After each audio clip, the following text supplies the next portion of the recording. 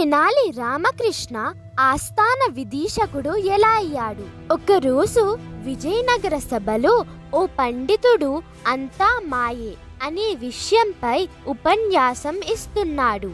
పండితుడు ఉపన్యాసం పూర్తి చేసే సమయానికి రామకృష్ణుడు నవ్వుతూ ఒక ప్రశ్నని అడిగాడు. భోజనం గురించేమిటి? అది కూడా మాయేనా?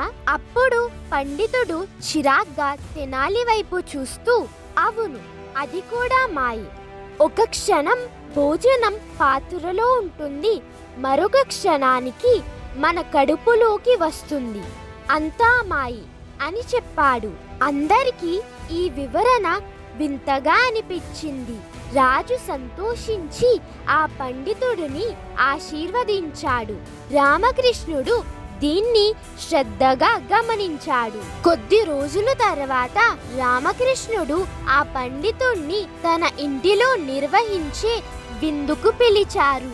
విందు రోజు పండితుడు సమయానికి వచ్చాడు. అతడిని గౌరవంగా కూర్చోబెట్టారు. అప్పుడు ఇతర అతిథులకు భోజనం వడ్డించడం మొదలయ్యింది. అందరూ భోజనం చేశారు, కానీ పండితుడికి మాత్రం భోజనం వడ్డించలేదు. అంతలో అందరూ భోజనం చేశారు. అప్పుడు పండితుడు కోపంతో, నాకు భోజనం ఎక్కడా అని అడిగాడు.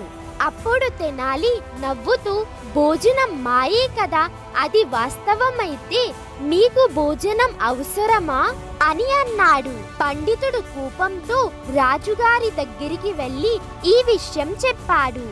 రాజు రామకృష్ణుణ్ణి పిలిచి ఈ వ్యవహారాన్ని ప్రశ్నించగా తెనాలి చిరునవ్వుతో, భోజనం మాయే అంటే నేను అజ్ఞానిని కాదు కదా, అందుకే భోజనం వడ్డించలేదు అని చెప్పాడు. రాజుగారు తెనాలి రామకృష్ణుని తెలివి అర్థం చేసుకుని, నువ్వు నిజంగా చాలా తెలివైన వాడివి, నువ్వు నా ఆస్థానంలో విదూషకుడివి అని ప్రకటించాడు. అలా తెనాలి రామకృష్ణుడు విజయనగర రాజు శ్రీకృష్ణదేవరాయల గారి ఆస్థానంలో విదూషకుడు అయ్యాడు.